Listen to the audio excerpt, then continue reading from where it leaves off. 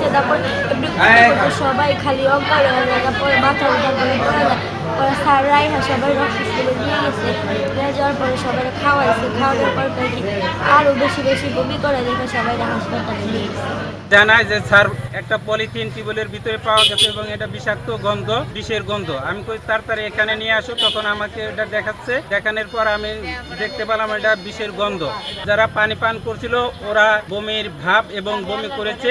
তৎক্ষণাৎ দেখতে পাইলাম যে ওরা কয়েকজনে বমি করেছে। সাথে সাথে পরামর্শ দেন হসপিটালে নাগরপুর উপজেলা স্বাস্থ্য কমপ্লেক্সে নিয়ে আসার জন্য।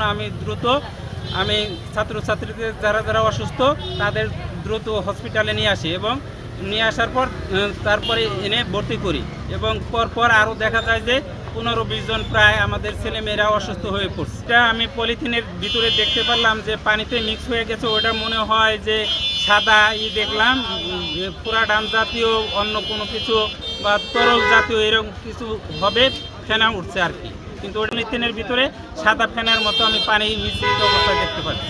হয়তোবা কোনো দুষ্ট ছেলেরা কোন জায়গায় থেকে ওইটা টিউবওয়েলের ভিতরে রাখছে এবং পরবর্তীতে যখন চাপ দেব ওইটা পানি খাইছে, তখন কয়েকজনটা ভিতরে গেছে, তখন ওদের খারাপ লাগছে। ক্লাস শুরু হওয়ার পর 15-20 মিনিটের মধ্যে অসুস্থ হয়ে পড়ছে ওরা। মোটামুটি 20 জন স্কুল ছাত্র এখানে ভর্তি হয়েছে, ছাত্র এবং ছাত্রী। তাদের মধ্যে 2 জনের অবস্থা তাদেরকে আমরা টাঙ্গাইল মেডিকেল কলেজ হাসপাতালে রেফার করেছি, আর বাকিদের সবার চিকিৎসা চলছে। আরও কিছু রিপোর্টের রক্তের রিপোর্ট নিয়ে এটা টাইপ অফ পয়জনিং এটা ডিটেক্ট করা যাবে। প্রাথমিকভাবে আমরা মনে করছি যে এটা ওপিসি অর্গানো ফসফরাস কম্পাউন্ড হতে পারে। জানা মাত্র দ্রুত এসেছি। আপনারা যতটুকু উনি বললেন অতটুকুই এখনো পর্যন্ত আমি জানি।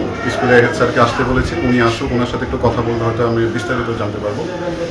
এখন পর্যন্ত আপনারা যেভাবে জানলেন শুনেছি যে মানে পানি খাওয়ার পরেই তারা অসুস্থ হওয়া শুরু করে এবং এখন পর্যন্ত উনি যেটা বললেন 2 জন ক্রিটিক্যাল অবস্থায় আছে। আমরা খুব দ্রুত তাদেরকে এখন টাঙ্গাইলে আমি কথা বলেছি, তাদের ওখানে রেডি আছে, দ্রুত তাদেরকে এখন ওখানে